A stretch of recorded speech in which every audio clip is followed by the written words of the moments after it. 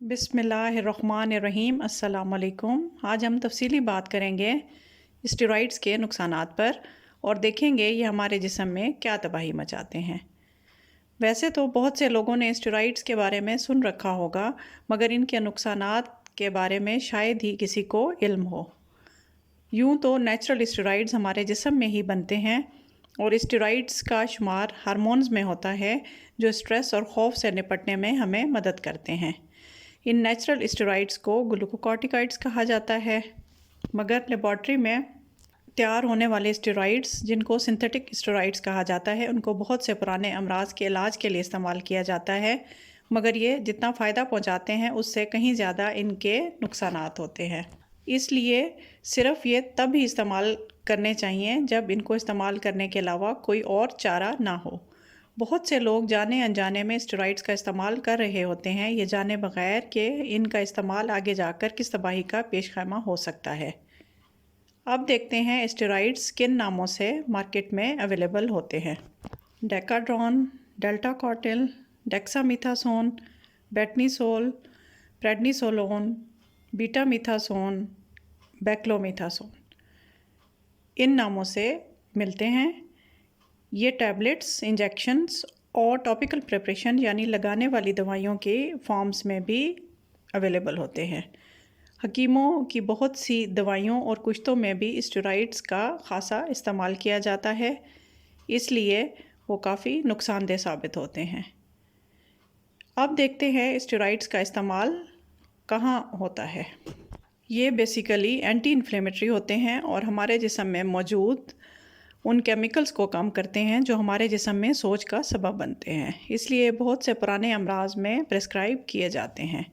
یہ امیونو سپریسنٹ کے طور پر بھی کام کرتے ہیں، جس سے یہ ہمارے جسم کی قوت مدافعت کو سپریس یعنی کمزور کر دیتے ہیں، اور اس طرح یہ مختلف آٹو امیون ڈیزیزز میں بھی استعمال ہوتے ہیں جہاں یہ ہمارے جسم کی امیونٹی کو کم کر کے اپنا کام دکھاتے ہیں۔ اسٹیرائڈ سے جب ہماری امیونٹی یعنی قوت مدافعت کم ہوتی ہے تو ہمارا جسم مختلف انفیکشنز کے خلاف لڑ نہیں پاتا، جس وجہ سے ہم ان کے استعمال سے بہت سے انفیکشنز کا شکار ہو سکتے ہیں۔ اسٹیرائڈز مختلف الرجیز یا جلد کی ایک کنڈیشن جسے سوریاسس کہا جاتا ہے اس کے لیے بھی استعمال کیے جاتے ہیں۔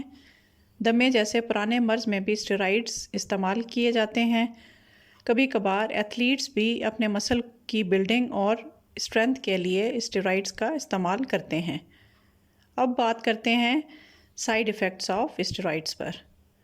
نمبر 1، زیادہ استعمال سے اسٹیرائڈز ہمارے خون میں گلوکوز کی مقدار کو بڑھا دیتے ہیں اور اس طرح شوگر کا سبب بنتے ہیں یا اسے ان کنٹرول کر سکتے ہیں۔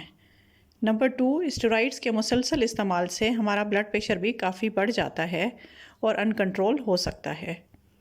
نمبر 3، یہ ہمارے جسم میں چکنائی کی مقدار کو بھی بڑھا دیتے ہیں، اس طرح زیادہ استعمال سے یہ ہارٹ اٹیک کا سبب بھی بن سکتے ہیں۔ نمبر 4، جسم میں پانی کو روک کر رکھتے ہیں جس وجہ سے ہمارا جسم پھول جاتا ہے، اسے ایڈیما کہا جاتا ہے۔ نمبر 5، ہماری قوت مدافعت یعنی امیونٹی کو کم کر دیتے ہیں، اس وجہ سے ہم بہت سے انفیکشنز کا شکار بھی ہو سکتے ہیں۔ نمبر 6، اسٹیرائڈز ہماری آنکھوں کے پریشر کو بڑھاتے ہیں یعنی انٹراآکولر پریشر کو، جس وجہ سے ہماری نظر کافی حد تک متاثر ہوتی ہے اور تیزی سے ہماری نظر گرنا شروع ہو جاتی ہے۔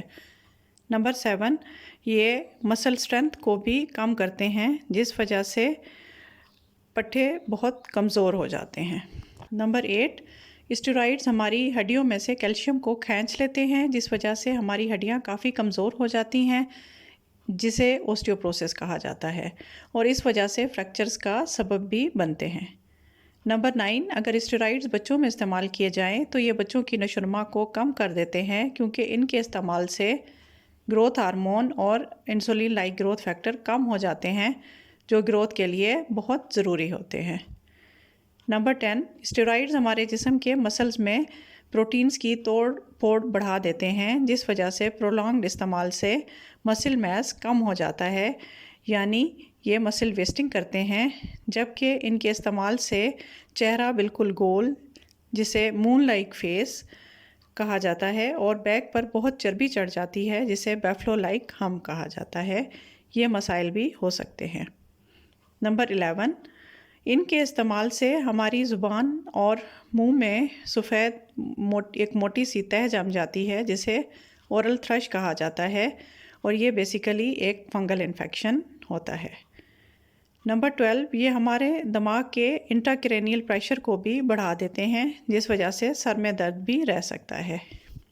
نمبر 13، اسٹیرائڈز کا استعمال ہمارے گردوں کو بھی نقصان پہنچاتا ہے، اور ہمارے گردوں کے نارمل فنکشنز بھی ان کے استعمال سے کم ہو جاتے ہیں۔ امید کرتی ہوں آج کی ویڈیو آپ کے لیے بہت مفید ثابت ہوئی ہوگی۔ اب ڈاکٹر ناہید عالمز گائنی گائیڈ کے فورم سے مجھے اجازت دیجیے۔ اللہ نگہبان۔